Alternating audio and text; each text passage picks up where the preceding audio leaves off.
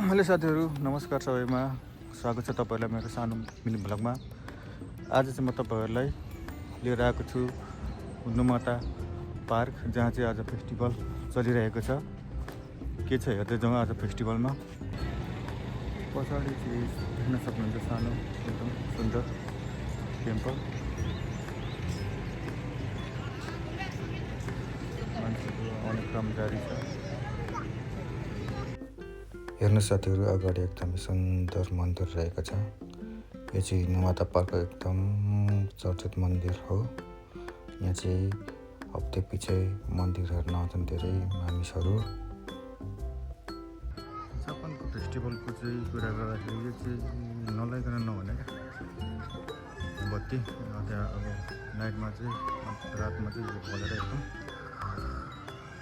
राम्रो देख्ने हुँदाखेरि नलाइकन स्ट्रिक्ट बुझ्दैन जापानिजहरूलाई। प्रत्येक फेस्टिभलमा हेर्नुपर्छ होइन।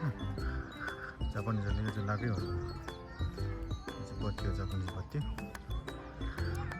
राति चाहिँ एकदम मनमोहक देख्ने गर्छ। यो चाहिँ अर्को स्टल रहेको छ, हेर्न सक्नुहुन्छ तपाईँहरूले।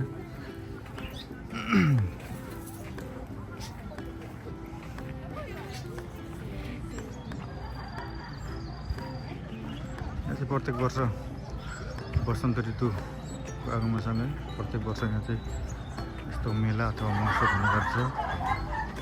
हेर्न सक्नुहुन्छ तपाईँहरूले।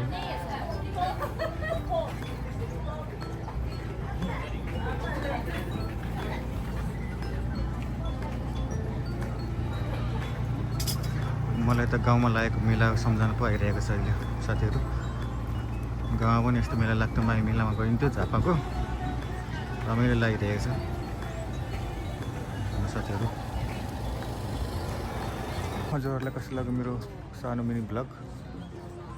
यदि मन परेको छ भने चाहिँ please like, subscribe and share पनि गरिदिन सक्नुहुन्छ। आजलाई चाहिँ बिट मार्न चाहन्छु। धन्यवाद सबैलाई। नमस्कार, बाई बाई।